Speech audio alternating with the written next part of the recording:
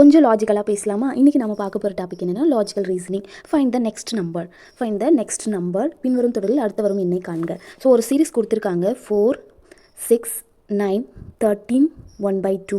So இதுக்கு first common difference என்ன அப்படின்னு ஃபைண்ட் அவுட் பண்ணணும்.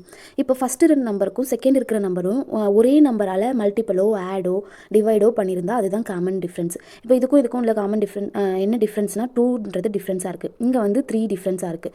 இங்கே வந்து பார்த்தீங்கன்னா இப்போ இது பார்த்தீங்கன்னா காமன் டிஃப்ரென்ஸ்னால் இங்கே 2 இருந்தால் இங்கேயும் 2 இருக்கணும், இங்கேயும் 2 இருக்கணும். அதுதான் காமன் டிஃப்ரென்ஸ். இதுக்கு நம்ம காமன் டிஃப்ரென்ஸ் என்ன அப்படிங்கிறத ஃபைண்ட் அவுட் பண்ணணும்.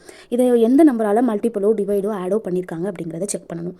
நம்ம எப்பவுமே என்ன பண்ணுவோம், ஒரு முழு எண்ணால் தான் மல்டிப்பிளோ ஆடோ டிவைடோ பண்ணி பார்ப்போம். ஆனால் இங்கே என்ன பண்ணியிருக்காங்கன்னா பாருங்கள், 4 × 1.5 வச்சாங்க பார்த்தீங்களா, ட்விஸ்ட்டு 1.5ஆல் மல்டிபிள் பண்ணியிருக்காங்க எல்லா நம்பரையும். அப்போ 1.5 நம்ம வந்து கொஞ்சம் ரேராக தான் யோசிச்சிருப்போம். எப்போவுமே முழு எண்ணை தான் நம்ம மல்டிப்பிளோ டிவைடோ ஆடோ பண்ணி பார்த்துருப்போம்.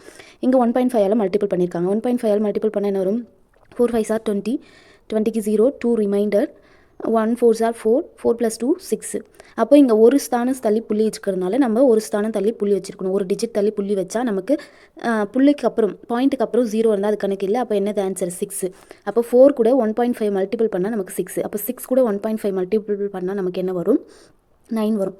6 கூட 1.5 மல்டிபிள் பண்ணால் நமக்கு 13 1/2 கிடைக்கும். 13 கூட 1.5 மல்டிபிள் பண்ணால் நமக்கு என்ன வரும்னு பார்க்கலாமா? 1/2 அப்படிங்கிறது 0.5 அப்படின்னு எழுதலாமா? அப்போ 13.5 இன்ட்டு அது கூட 1.5 மல்டிபிள் பண்ணால் நமக்கு என்ன வருதுன்னு பாருங்கள். 5 5s are 25, reminder 2, 5 3s are 15, 17, reminder 1, 1 5s are 5, 5 + 1 6, 5 3 1 add பண்ணால் என்ன வரும் பாருங்கள். 5 2 1 10.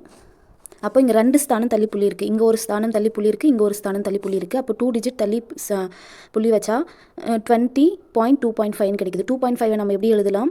20 1/4 எழுதலாம். ஸோ அப்போ answer option A 20 1/4. Thank you, bye.